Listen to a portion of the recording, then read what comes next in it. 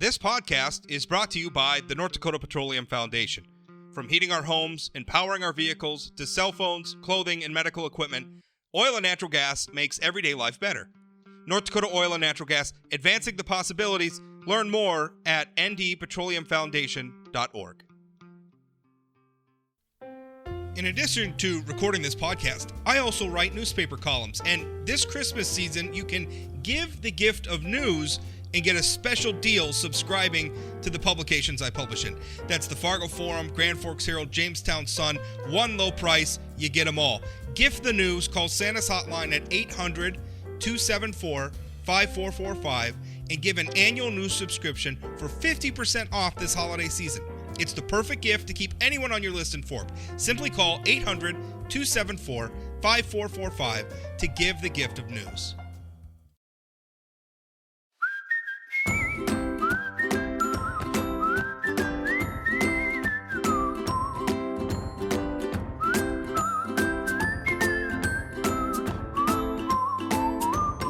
Welcome to the Plain Talk podcast, and I'll tell you, we were going to have some guests on to talk about North Dakota's Sober Ride program, which I think is just a wonderful program, a great piece of public policy, but they ended up having to cancel.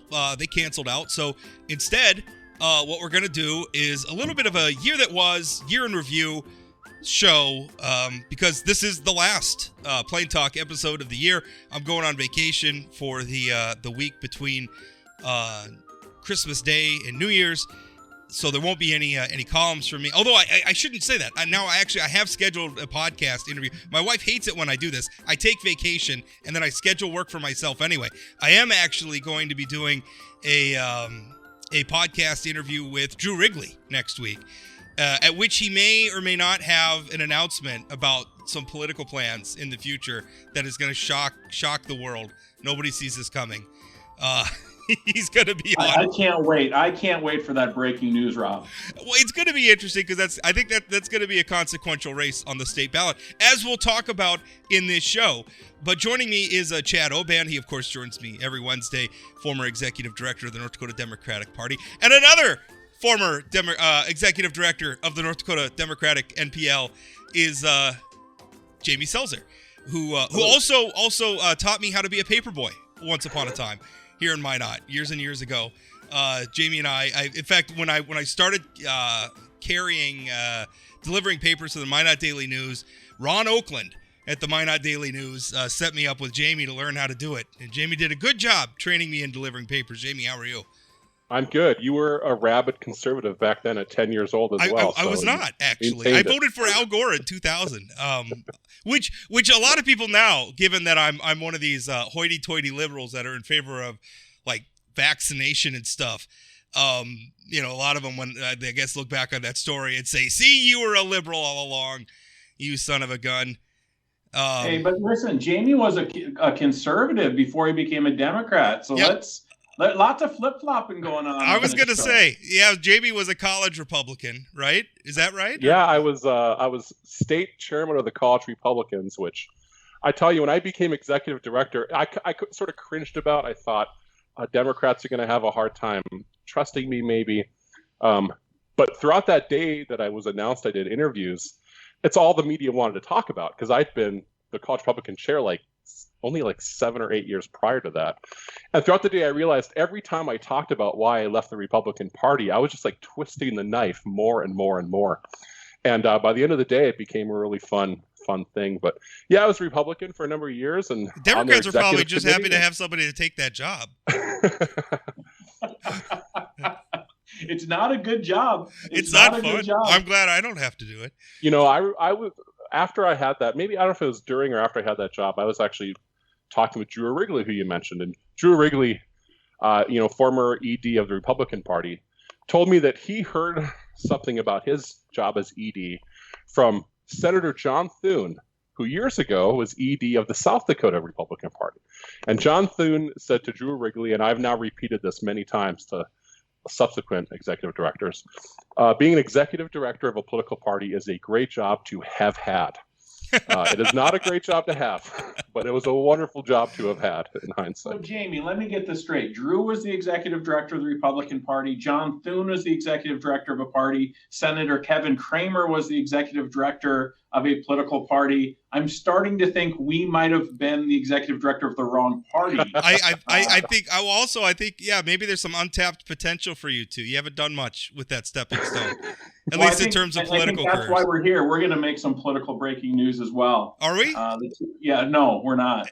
Chad Oban is running for Congress. That's Oban for Congress. Is that what we're hearing? I couldn't think of a worse job. No offense, Kelly. Yeah, I know. Who would want to be in Congress these days? And I mean, maybe that's the first thing we could talk about. The year we've just been through, it was crazy. We had a legislature here in North Dakota, and that's really what I want to focus on is North Dakota. There's already 1 million people talking about the national stuff. Let's talk about North Dakota, what really matters, at least to us. We had a legislative session earlier this year where we saw a state lawmaker expelled for the first time in state history. There was a lot of acrimony, a lot of very difficult lawmaking. You know, in politics, I don't. Whenever we start talking about civility in politics, I think people could get a little trippy because it's always been a rough business, and I don't begrudge anybody getting passionate and throwing some sharp elbows. That's it. I get too passionate about things at times. I'm sure you fellas could probably look back on your resumes and pick out some moments in which, gosh, you know, I got maybe a little more worked up about that than I shouldn't be. If you don't care about politics, you probably shouldn't be in it. You probably shouldn't be participating. And if you do care, then maybe you could be excused getting a little overwrought. But this is even above and beyond some of the stuff we've said. I feel like the Trump era, and especially the last year or so of the pandemic, has really kind of put some things into perspective. And now what we're starting to see is a lot of people retiring from public office. And some of them, like in the last week, we had Senate Minority Leader Joan Heckerman announce that she's retiring. She's had a long career in the legislature. That I don't think was too unexpected. Wayne Stenjum is wrapping up a 40-plus year career in North Dakota politics after more than 2 decades in his current position as Attorney General. So maybe those were expected, but there's been some other ones, you know, stepping down. And I got to tell you, I'm not really at liberty to name any more names, but there's more coming. So, I mean, Chad, I guess start with you. I mean, are people getting tired? Like, is politics or public service an appealing job? Because it's not just the partisan offices, too. We talked about, like, school boards this year and school board members leaving. Is that sort of public service, or are people just kind of moving on from it? I think your point about Rich Wardner and Joan Heckerman and Wayne Stenjum, you know, I think those were expected. I even think to a certain extent, you know, Erin not running for re-election, she had signaled that for a long time. Your wife, Erin Oban, a state senator from Bismarck, just to be clear, people who don't know Chad. Yeah, and Senator Pullman is the one that I think threw people off the most, right? That was the one that we didn't see coming. And, we talk a lot about civility, but I know talking to some of these folks that are in the legislature now, it's the lack of sort of deep thinking, deep debate. I mean, the people I talk to in the Democratic Party and the caucuses, they don't have a problem with disagreeing with people. I mean, but the fact is, you can't, it's the same thing we talked about with Representative Hoverson last week. When you're debating issues from a different set of facts, I think that's really, really difficult. So it has changed in that sense. I think Luke Simons telling a colleague to F off in the lunchroom was a new low last time, which obviously opened the floodgates of his years and years of sexual harassment of young women at the Capitol. But, right. I think it's a quality of the debate just as much as the civility at the state Capitol. Well, and I, as the person who kind of pushed the Simons story out into the open, the other part of it was not just Simons himself doing that, but how many people were willing to just excuse him for it? Were willing to just sort of shrug their shoulders, Jamie, and say, yeah, whatever, it's tough it up, snowflake. I mean, that was sort of the reaction to it. And to me, I mean, I'm looking at it, it's like, that's a very different thing than anything we've had before. It is. And, I'm on here because I was a former ED, but the bulk of my last 20 years has been spent in business, where I've had to deal with real issues like sexual harassment, and particularly the policies and processes that go into place. And so Luke Simons absolutely failed by his behavior. The legislature failed Luke Simons and his victims by not having good processes in place when it was first reported. When those things were first reported, it was brushed under the rug by other Republican legislators who thought, oh, that's just Luke being Luke. Well, there's a possibility that had he been talked to and coached and maybe put through a process at the beginning when it was first reported, maybe it wouldn't have gotten as far as it did. Certainly, it may have avoided other women being harassed and being treated inappropriately. So I think the Republicans who kicked him out, good kudos to them. They did the right thing. But in doing so, I think they thought, well, let's just get rid of him and we can kind of pretend that we don't have these ethics issues and that we don't have these problems. So we can just pat ourselves on the back and say, look at us, we did good. All right, problem solved. Let's move on. Well, no, you didn't solve the problem. You got rid of you cut out the cancer, but you didn't get the underlying cause of it. Well, to be clear, it was the easy person to kick out, right? I mean, it's not like Luke Simons was super popular at the legislature. Even within his own caucus. Yeah, but to suggest that Luke Simons is the only male legislator up there being inappropriate is pretty naive for us to think. Or lawmaker in general, because you hear stories. But it's in the defense. I mean, one of the problems was that first of all, it's a political body, and so you're dealing with people who have a mandate from the people. Nobody is really Luke Simons's boss insofar as you can be fired, right? I mean, like a lot of people make the mistake when you have like we saw with our tax commissioner, Ryan Rauschenberger. The governor can't just fire Ryan Rauschenberger. He's elected by the people. Every member of the legislature is elected with a mandate. And so your ability to discipline people like that it's not maybe as easy as it would be in a workplace because you're dealing with people who have a mandate from the electorate. I'm not making excuses here. I'm just saying there is some context. The other part of it, and again, I can tell you as somebody who spoke to a lot of the women who went on the record about what happened, and a lot of women who I spoke to who didn't want their stories told and remained completely off the record, and their stories are still out there. They didn't tell a lot of people to begin with. So part of the problem was I don't know how many people knew the extent of it, until it really started to come out. So I don't know, Jamie. I mean, I think you make a fair point. The legislature. His leader knew. That's all that mattered. His leader knew about it. Yeah, multiple leaders knew. And they knew that they had to have multiple sit-downs with him to talk about his behavior with other people. But I will tell you, when I was talking to the women, even the people that Luke said to F off to in the cafeteria, I tried to talk to them. They didn't want to talk about it to me. Now, they had all the partisan incentive in the world, and I don't think that they were thinking like this at all. But, I mean, they didn't have any reason to protect Luke Simons. He's in the other party. They don't particularly like him. Moving against him politically makes a lot of sense. And they didn't necessarily want to tell me the stories. I had to sort of drag that stuff out, which is what made me laugh about the whole, they're out to get Luke Simons. Everybody at the Capitol just wanted him to knock it off.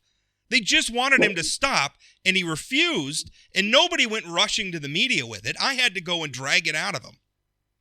But I think, Rob, one of the things you sort of hit the nail on the head, that these women did not want to come forward. And, having conversations with somebody relatively young that serves at the Senate. I mean, when Aaron got elected, it was in 2014.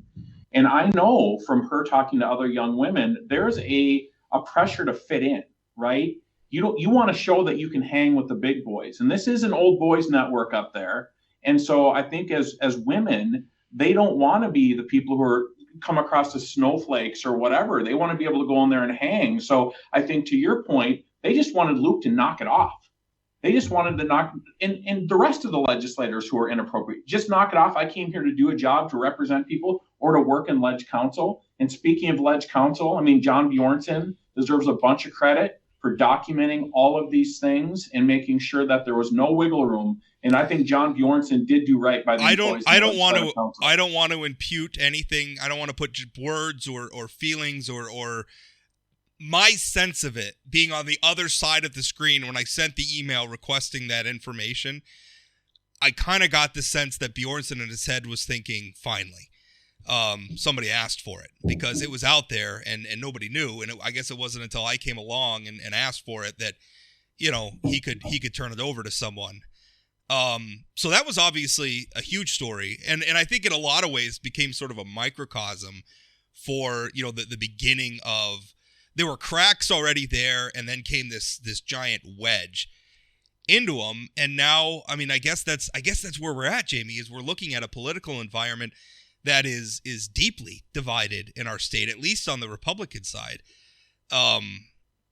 The fractures are, I mean, we've been talking about it all year. This is nothing new, but I mean, it's really sort of the defining story of the year in North Dakota politics. I think what was maybe changed this year, it's certainly nationally, but North Dakota is a perfect example of it. It used to be, we can disagree without being disagreeable, but there is now this faction of North Dakota, I don't know if activist is the right word, but there are people in North Dakota who tend to be on one side of the aisle politically, who it's not enough just to disagree. It's not enough to just say, "Oh, Rob, I don't think you should get your kids vaccinated." It's, "Hey, Rob, you're abusing your children." It's not enough just to say, "Hey, Rich Wardner, I don't think you're doing a good job." It's, "I'm going to stand in the hallway outside of the and put the bill of my hat on your forehead, scream at you." Right. It's not standing up anymore in front of a room and just trying to give an impassioned speech. It's walking up to a camera like Jay Lundin did when he was in Bismarck and looking 2 inches away from the camera and screaming at you, Rob, or whoever else their enemy is going to be that day. And for a long time within the Republican Party, there were people like that, but they were screaming outside of the boat. They were yelling at others, and so it was okay. Yeah. But now they're yelling at each other. And this is probably what happens to some extent when you have one party that has that much power and that many seats. You're going to start to eat each other, but it's like that, but on steroids. It's not pretty what's happening. Well, and right now. I mean, there was always, because I mean, over the year, I mean, I've always been who I am, right? Which attracts some strong reactions from people at times. And I've always gotten a lot of it from the right and the left, but mostly it was kind of isolated. Like you'd get some crank who'd start following you and sending you horrible or intemperate things or writing, and you'd often see other people sort of in the community like, "Hey, I disagree with Rob too, but that's not inappropriate." We're not seeing that anymore. I think one of the worst things that the Trump era has done to American politics nationally, and I think like you said, Jamie, I think North Dakota in a way is a microcosm for it, is what it normalized in the way we go about doing politics. Like we just sort of normalized this belligerent, I'm going to tell a lie, and I don't care how many times it's pointed out that I'm just going to keep telling it, and I'll attack the people who are pointing out that it's a lie, and try to impugn their credibility or whatever, and just be horrible to people. Like we just normalize that, and is such a terrible thing, such a terrible blow to our ability to govern ourselves. I think one of the things that's been lost this year in the story about the factions in the Republican Party is that the Bossiets did get some wins, right? They were able to pass a mandate against mandating masks. They were able to pass outlawing CRT. They were able to pass a vaccination mandate bill. And this isn't just with overwhelming numbers, mind you, right? I mean, this is 80% of these chambers are voting for these bills. And so you've got the Bossiet caucus who are really, really loud and their supporters who are really, really loud. I think they're being effective. Yeah. In sort of moving the legislature in their direction, because you talk to the normal Republicans and they're like, we have to do this. We can't vote against this mask mandate thing because people are so mad and they're being mean in the emails and whatever. And so that's one of the things that I'm most concerned about, is that where the moderate Republicans going in this state, because I think if I was part of the Bossiet caucus, I would feel somewhat empowered with the things I got done in the last 12 months that aren't based on what's best for the people, but mostly just loud political minorities. And I disagree with every one of those bills that you mentioned. And it seems like the only thing that, I don't know what you want to call them, I called them the normie Republicans or whatever, like all they were able to do is they made most of those bills kind of toothless. Or just moderated them in some way, right? Like the ban on the statewide ban on mask mandates has an exemption for local government. So every local government, every school board or whatever can pass their own mask mandate still. I still don't think the policy should have passed at the state level, but they got that in there. The vaccine, it's not a ban on employer vaccine mandates. It does put in place some guardrails about how far they could go. I thought it was completely unnecessary, but at least it's not an outright ban. Gosh, what was the third one? Because the third one, CRT. Yeah, there's no one, and again, stupid bill, completely unnecessary. But there's no enforcement mechanism in it, and it's not being implemented. But what my concern is, 3 sessions ago, they would have killed all these bills. Yeah, because they were bad public policy, and even though they have been watered down, and that was the goal of the normies, if you will. That still empowers the Bastiat. Jeff Hoverson is not talking about, well, they did carve out local ability to still mandate masks. He's talking about the fact he passed a mask mandate ban, right? I mean, so it empowers these folks. And I just worry that we continue to give them little pieces that they're going to feel even more empowered and bring even more of these kind of things that just aren't good public policy. And I think both parties would agree under normal circumstances. Jamie, I think there's a lot to be said about that. And I think the way that they're not talking about the exemption, the way that they're not talking about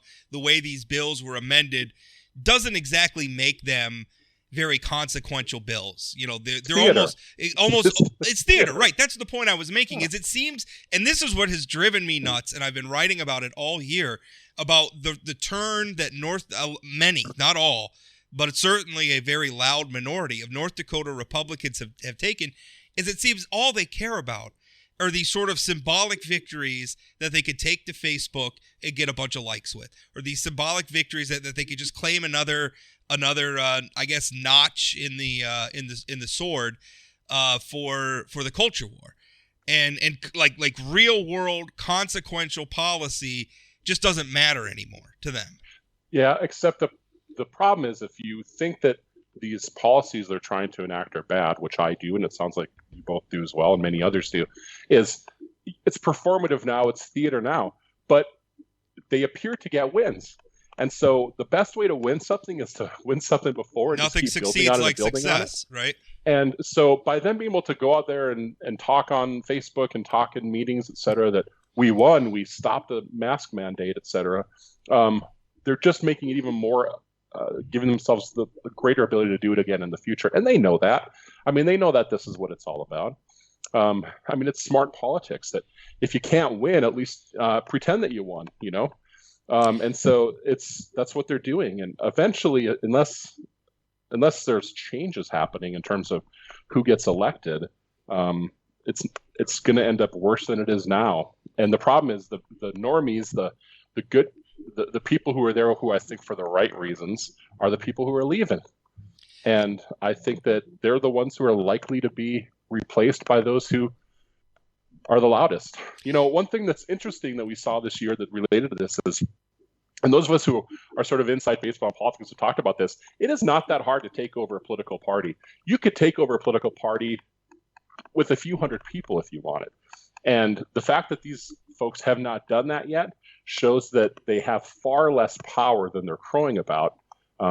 But it doesn't mean they won't have it someday. Well, that brings us, and this is the last thing I want to kind of talk about with the year that was, and then we'll shift into looking maybe in the year forward, which is an election year. But and this is a good transition because it's dealing with, you know, how the North Dakota Republican Party is going to hold its convention next year, how it's going to go about endorsing its candidates. But you know, the state party at the state committee of the North Dakota Republican Party. And for those of you who don't know how this is organized, the state committee is basically all the district chairs and then some of the party level leadership, the chairman, the Republican National Committee members, those people. They have what's called the state committee. And the state committee does things like sets the party's bylaws and sets the, you know, organizes the state convention and all of those things. And so there were a couple of proposed changes to be made. And they were coming from the faction of Republicans that are worried about some of the things that are going on and don't want their party taken over by the people that we're talking about. And so they proposed two changes. one that passed and one that didn't. The one that didn't pass is they wanted to move the state convention until after the June primary. The state convention, much like the Democratic convention, it's just an endorsing convention. Under the law, the candidates are nominated on the June ballot.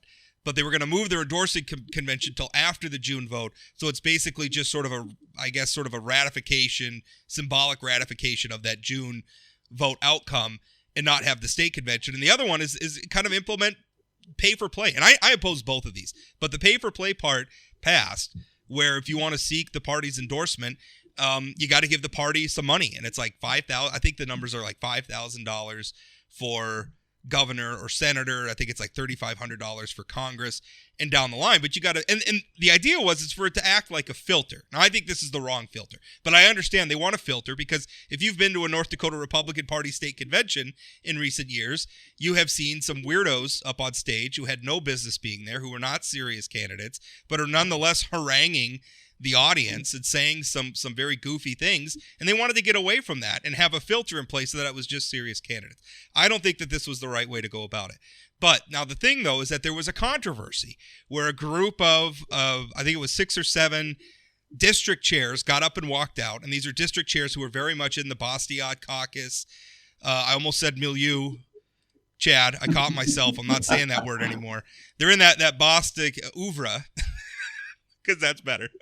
Oh God, I'm terrible. This is terrible. I know. But they're in that faction of the Republican Party. So they got up and walked out. Now I think they thought the convention thing was going to pass. And so they thought that they'd get up and they'd walk out and they'd be able to say, look, we walked out and they were able to get it passed without our votes and everything else. The thing is, the party voted that down anyway. And so now their big thing is that the party acted illegally, and it's illegal, and everything they've done is illegal. And now they're out there and they're getting, a lot of local press coverage. But it's just another divide in the Republican Party. That's it right there, where they're not really achieving anything. But boy, are they making a lot of noise. I think, well, first of all, when you talk about state committee meetings, you should know you trigger PTSD in people like Chad and I. Who used to go to These were the most stressful moments of being the one they held last weekend was 8.5 hours long. Yeah, it's I'm just thinking to myself, God, that's how I want to spend a Saturday. I will say, though, that having done this with both parties, and certainly way more as a Democrat, it is not uncommon for there to be like controversial things happening at state committee meetings where you have small groups or small factions that are trying to get their way on something. That's normal. It's certainly not normal for there to be a walkout. I will say, though, that, and I get why we're doing this, because this is a podcast, we're talking politics, a year in review. This is going to be completely meaningless when it comes to campaigns and elections. And it's getting some attention now because, hey, there's not a lot of local politics happening other than some retirement, so they're reporting on it. I don't know what you're trying to say, Jamie, but I feel like I resemble that. I think he's making it pretty clear. Come on, guys, be nice to me. They will be at the next state committee meeting, and they'll yell from inside the room next time instead of from outside. That's really what I don't know. They got a lot of attention walking out, Chad. Maybe this will be a tactic they do more often. But here, I think it's interesting, though, that they're mad at the chairman, and they should be mad at the legislature, right? I mean, the legislature is the one that put into place this idea that the chairman of the GOP could appoint somebody. I mean, I don't think the legislators are that naive to not understand exactly what they were doing. The bill Chad's talking about is because this was a redistricting year, and so the problem is that in some of the districts, because there's redistricting, the chairmen who were elected from those districts don't live in their districts anymore because the lines are redrawn. So they needed to have those chairmen couldn't chair those district committees anymore. So essentially, until those districts can reorganize, which is a process. I mean, it's all laid out in state law. You have to do public notices. You have to have so many days. I mean, there's a whole process to that. So they appointed the state party chair, appointed interim chairs, and by all accounts, Perry Schaefer was calling people locally, trying to find appointees. I mean, I don't think he did anything underhanded. I think he really tried to find people who represented their districts. And hey, that movie, the convention, got voted down. The other one passed, but I just, they were able to get a lot of hate. And to Jamie's point, you do something, you get a bunch of attention, you do it again, and you get more attention. So, Jamie, how quickly would you have been fired in 2010 if you brought a proposal that candidates had to pay to run for office in the Democratic Party? I don't think I would have gotten back to my office in the Kennedy Center. I think I would have been walked out before I even got there. Let's put some context with the Democratic Party. Usually has problems finding enough candidates to fill all the races. So maybe you guys don't need a filter. You guys don't need a filter. You need a search engine. Look at the last 20 years. Which political party has filled every single spot on the ballot? Only the Democrats did. The Republicans haven't. So I'll just throw that out there. What year was that, Jamie? 2008. No, 20. Oh. Chad and I worked together that year to help find candidates. But anyway, one change that did happen at that state committee meeting that I think will have repercussions that hasn't really been talked about a lot is how they've removed the Young Republican Organization and College Republican Organization as voting members of their either their executive committee or their state committee. I think that can have some pain. Yeah. Because those people, those are volunteers and activists, and you've kind of slapped them in the face now and said, we don't think you deserve to have a voice at the table. Yeah.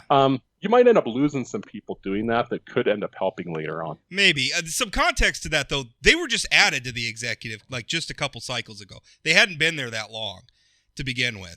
But they were there. But they were there.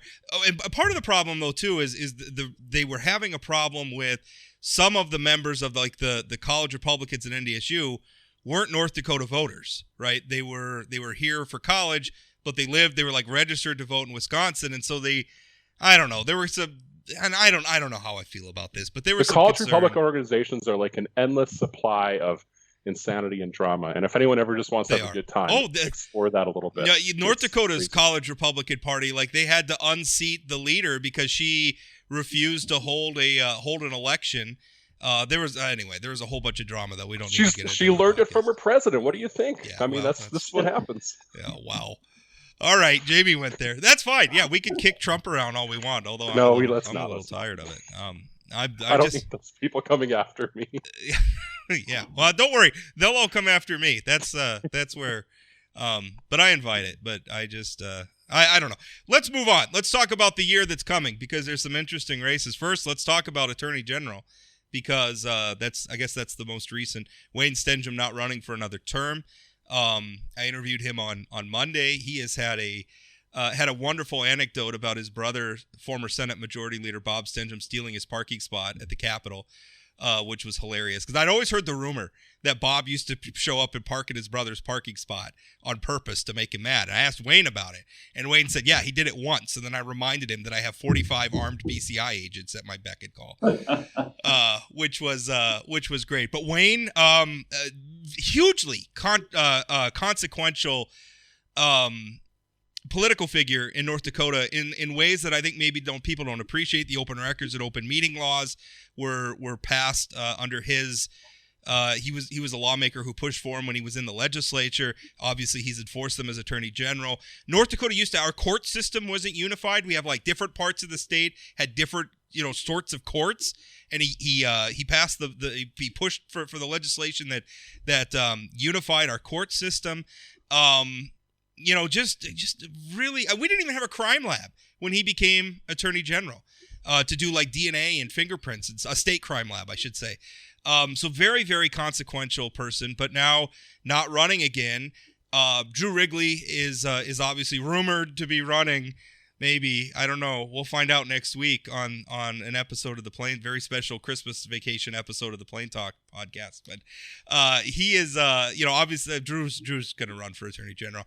Wade Webb, who's currently a district court judge in Fargo, is the other one running. What do you guys see in this race? So first of all, I would just say that Wayne Stenjum has been a pretty darn good Attorney General from my perspective. And when he was in the Senate, I mean, as a union guy, he sponsored bills to allow collective bargaining for state employees. I mean, he was left of many Democrat legislators right now on issues relating to the workforce. But I think he's been a solid Attorney General. Don't agree with some of the federal lawsuits he's been joining over the last few years, but I think he's been really solid.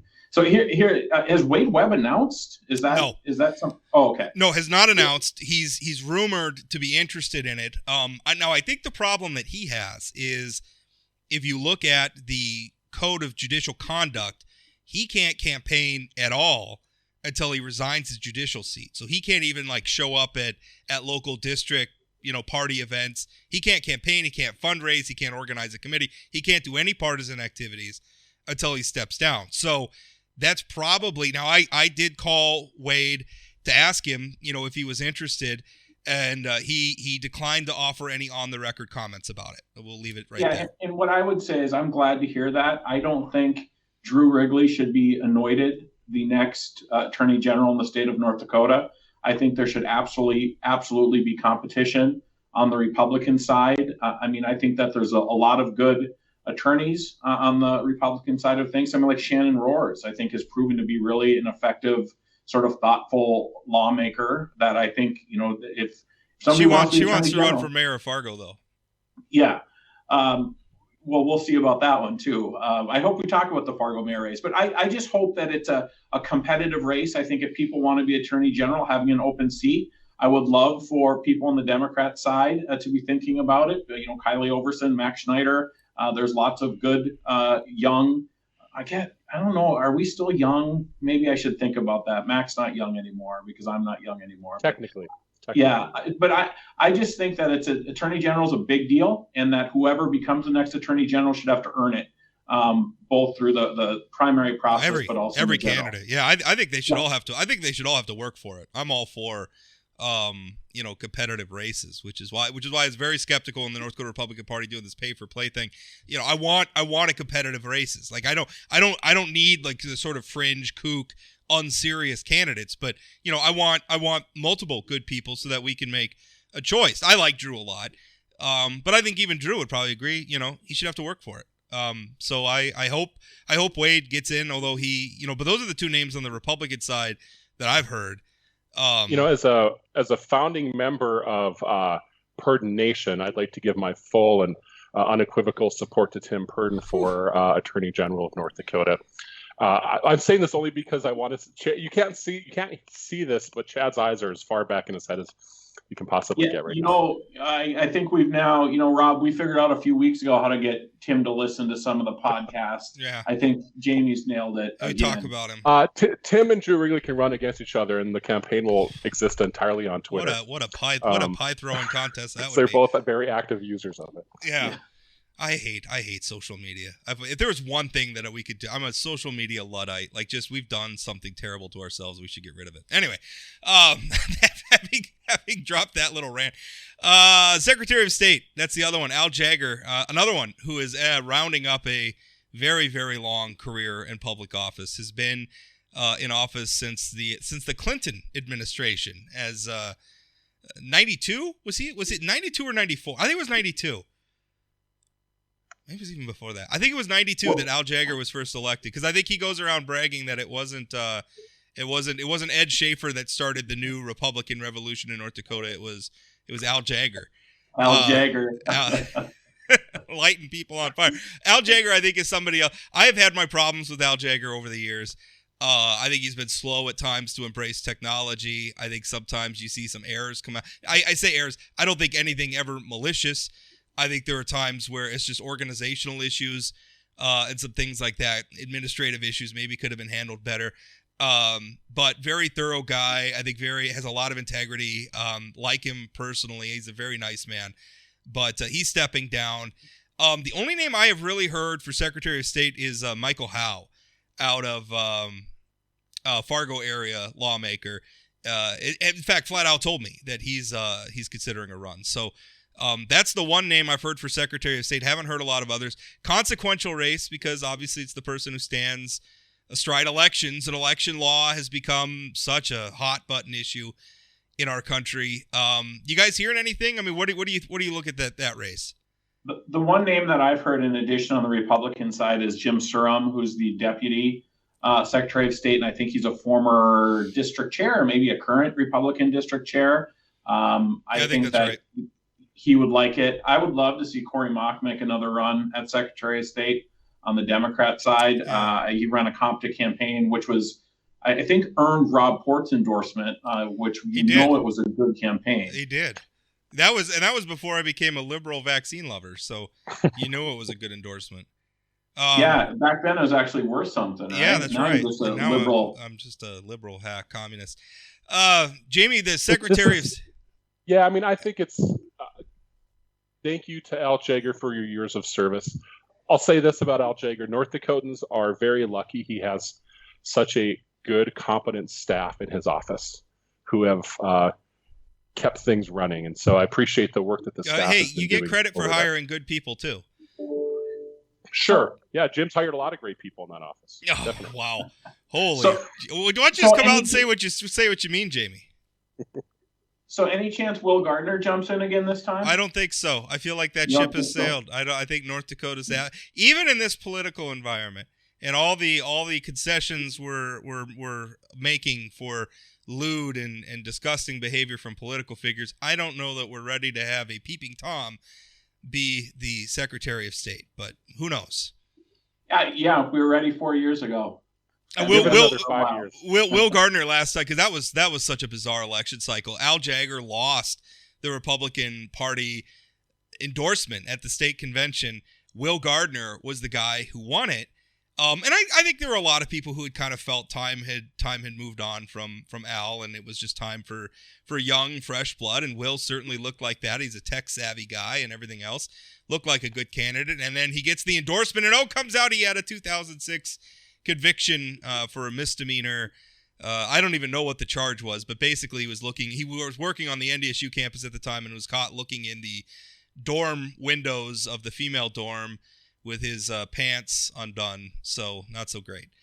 Yeah, I think that North Dakota GOP learned to use the Google machine after that endorsement. I kicking myself. I usually don't drop stuff. You know how ticked off I was that I didn't have that story?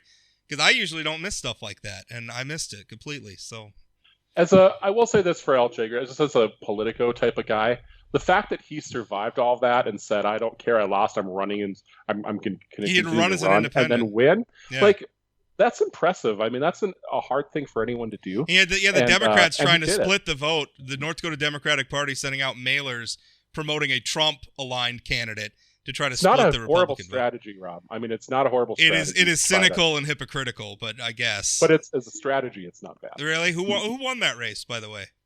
Well, in a landslide. Yeah. Well, that's what I thought. All right. So what other races are we looking at here? Legislature. We're going to see some more retirements, and we're probably pretty quick here, because there's going to be a lot of people leaving, and that's going to create some interesting dynamic, because on top of it, you already had redistricting, which creates some weirdness. You're going to have a lot of people retiring, and some of that's driven by redistricting too, of course. But the legislative races, what do you guys think? So the two things that I'm really paying attention to in legislative races is really three things, I would say. Is one, in these sort of open seats for sort of long-term moderate legislators, who's winning the Republican primary? I mean, we haven't had they're all Republican seats. I mean, even Senator Oban's seat is, a 58% Republican district, right?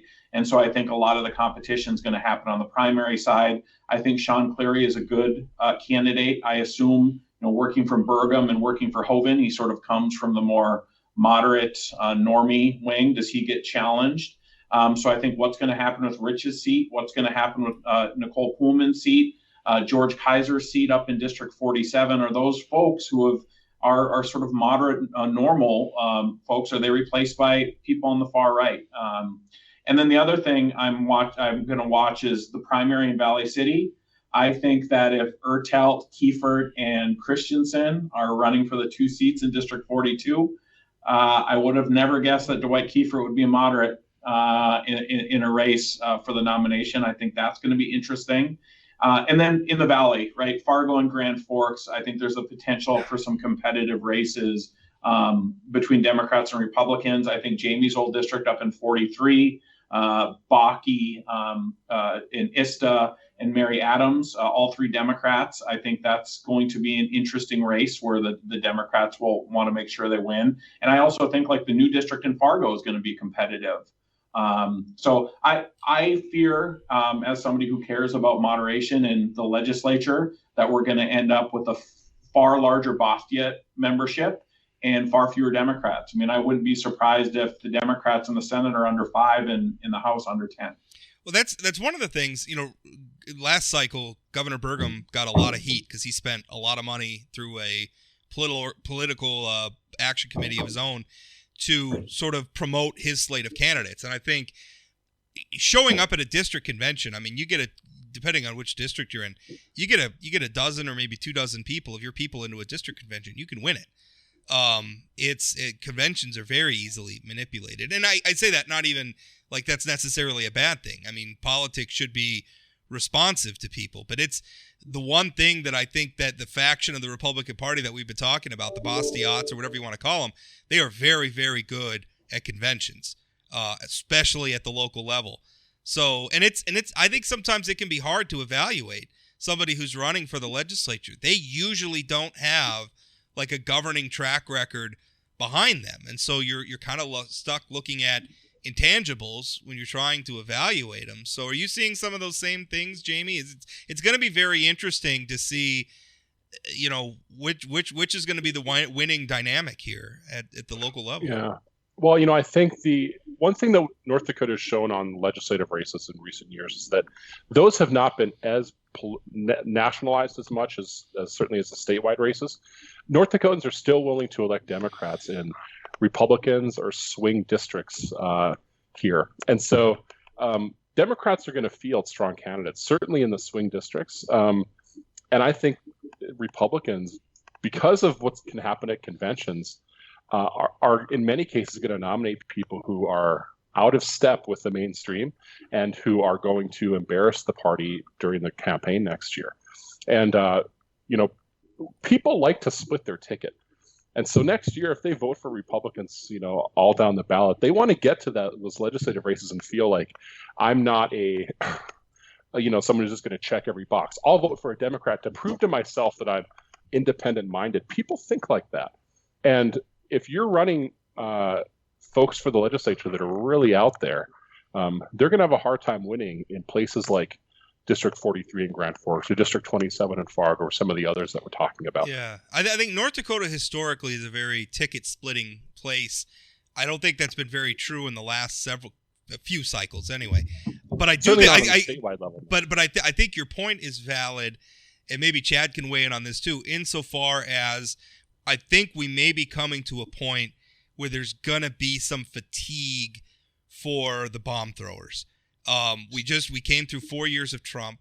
We've come through 2 years of pandemic. We have the anti-vax stuff. There's a lot of crazy stuff happening on social media all the time. I sense that we're coming to a point where the electorate is just not going to have a lot of patience for that. Or maybe this is wishful thinking on my part, but there is just not going to have a lot of patience for that. Chad, what do you think?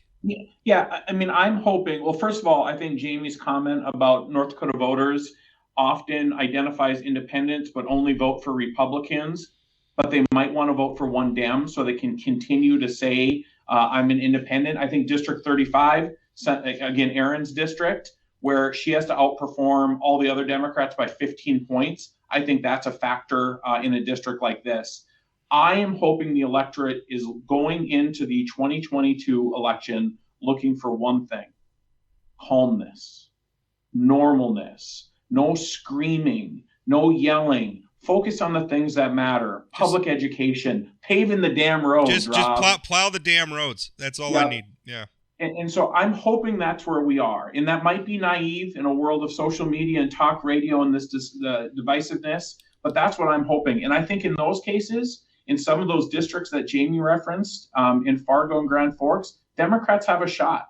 And I personally think government is better if there's two parties who are active, regardless of what the two parties are. I don't think I don't think it's been good for the North Dakota Republican Party that in a lot of races, I know I've been kind of taking a couple of shots at the Democrats this show, but I mean it's true. They haven't put up much of a fight in recent years.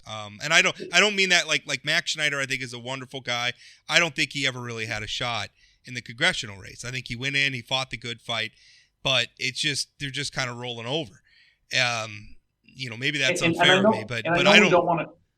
we don't want to talk about Washington here, but the fact is that if Joe Biden's national approval rating is 40%, it's going to be an absolute bloodbath. Well, because look at how much a Democrat in North Dakota has to outperform that by to even get into competitive range with the Republican candidate. That's why the Democrats who are most likely to win are going to be those who have face-to-face interaction, have voter contact themselves directly, and then certainly their volunteers and staff with voters, and that's going to be legislative candidates and nonpartisan candidates who are running for these nonpartisan races, but who maybe have a political swing to them that isn't on the ballot. And so I think that Democrats have a chance next year. Certainly, I think Democrats have a chance to keep all the seats that they have today. That not including those that are retiring. I think those are going to be some uphill battles. But for those candidates who are running for re-election, I think there's a good chance they all keep their jobs because they've run and won in tough years before. And so there's a good chance they're going to stay there. But, the Democrats need to run good candidates statewide. And even if those candidates have a real uphill battle, they still need to run competent campaigns that help everyone else down the ballot. And so I think that's what Democrats are going to be focused on, just finding good, qualified, competent people to run. And I think it's important that they have competent candidates because you never know what's going to happen. I mean, we sort of joked about Will Gardner earlier, but if that would have come out 3 months later, you would have had this super damaged candidate, Will Gardner, and Democrats had Josh Boucher on the ballot, so is somebody competent. But if there's somebody we've seen in legislative races where, Republicans nominate somebody who has no chance, and all of a sudden there's this wave election or something crazy happens, and you end up with some not very competent folks. So I think, getting good candidates to run on the statewide ballot for Democrats is important because you never know what's going to happen. Well, talking about that, look at the tax committee. The first time Ryan Rauschenberger had problems with alcohol, and that became, he ended up in rehab for, I think it was a month of the election season, and but he was against a gentleman by the name of Jason Astrup, who didn't have a lot of statewide name recognition, wasn't a very competent, and I don't want to besmirch the guy's good name, but I would say Rob's super competent for the job. Just wasn't a great candidate. Wasn't great at the political stuff you have to do to get elected. You don't get to govern if you don't get elected. So, and also keep in mind, North Dakotans generally, I think, have a lot of empathy for people who are going through addiction issues. And so I think that even if there had been like the best candidate, quote unquote, politically minded candidate that year, I don't know if they necessarily would have won, because I think North Dakotans would give some forbearance. That's true. And I was very, sometimes I think we can be too. Sometimes I take sort of the David Broder view of politicians, that the only way the rest of us should look at them is down. I think sometimes we're too hard, and I always liked that we were forgiving, and we gave him 2 chances, and now I guess third strike he's out. But I agree with you. I liked that. We talked a little bit, can moderate, we'll kind of end with this discussion.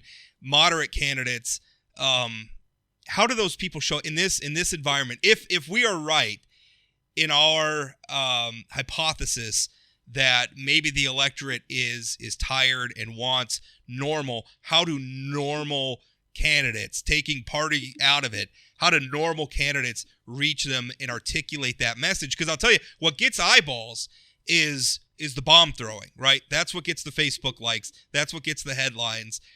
How does a normal candidate compete with that? A good candidate does not take the bait when it's put out there. And so in a nationalized election, which is what we'll experience next year, there will be bait like CRT being talked about and some of the mandates, and voters don't care about that stuff. They care about what's happening in their schools. Sure, some do, but I think a good moderate, not even have to be a moderate, could be a progressive candidate. I think good candidates go out and talk to voters and answer questions of voters and don't let themselves get derailed by issues. One thing when you work in politics and you're coaching candidates, you're always talking about the message. Stay on message. So never answer the question that you're asked. Answer the question that you wish you were asked. Like that's what I hate that. That's advice. I know you do. But if you're trying to reach a voter, that's how you reach a voter, by talking about the issues that you really care about. And if the voter cares about that, they're going to connect with you and vote for you. And if they don't, they won't vote for you. But I think that's what candidates do, and not get caught in this trap of talking about national issues when you're running for a state legislative seat. Yeah, and I would just add on the Republican side, skip the convention, right? I mean, you just mentioned earlier that the 8.5 hour executive committee meeting or whatever, working people and people who care about their community don't have time to go to a district convention and get yelled at by Charles Tuttle, right? I mean, that's just not something that people are interested in. If you lose at a convention or skip a convention and you're a normal, moderate person, run in the primary, win in the primary, because they're two completely different electorates, the people who show up at a convention and the people who will vote in a primary. So I think my advice wouldn't be, and it's not my place. You guys advise candidates. It's not my place to advise candidates. But if I was a candidate, I wouldn't skip the convention so much as I would go there, but be very forthright with the fact that I consider the June vote to be the final say. And I don't necessarily know that the conventions always reflect. And I understand all the arguments that some of the Republicans make that the conventions are important because they bring the activists together, they build social connections. I mean, the conventions matter, but I think Republicans have to come to grips with the way things are going. The conventions often don't reflect the attitudes of the larger Republican majority in North Dakota that shows up at the June primary. That's a big problem for Republicans. And yeah, and if I was a legislative candidate, I would not be discouraged if you lose at the district. Go to the June primary, make your case there. And then go to the governor and beg him for $100,000 to get forward in the race. He's going to be involved again. And a lot of, yeah, I don't blame him. I sometimes wish he was a little more deft with it, but I mean, he's got as much right to access the political process as the rest of us. If that's how he wants to spend his money, more power to him. Right. Well, I think we got to end there, gentlemen. Thanks for an hour of your time talking about nerdy political stuff. Although, again, if I can, every show I make this admonishment. The downloads have been wonderful. The reaction to the shows have been just great. Thousands of downloads an episode. If you're listening to this through streaming, a lot of you listen through. When I publish this at inforum.com or whatever, you just click the little play button in the article. Hey, that's great if you want to listen that way. But consider subscribing through your favorite podcasting platform. That way you can listen while you're working out or shoveling the driveway. That's when I listen to podcasts, is when I'm shoveling the driveway. But, just if you listen that way, subscribe that way, that really helps the show. Helps the algorithms out there. We always got to please the algorithm gods so people can find the podcast and listen. Also, if you can, if you're listening on a platform that allows you to rate or leave a review, if you'd leave an honest one, I'd sure appreciate it. But thanks for listening. As always, Jamie, thank you for your time. And again, this is the last episode for 2021. So we'll talk with you again in 2022. I hope you all have a wonderful holiday, and you two, my two guests, Jamie and Chad, have a wonderful holiday season, and thank you so much for your time. Merry Christmas, guys. Thanks, Rob.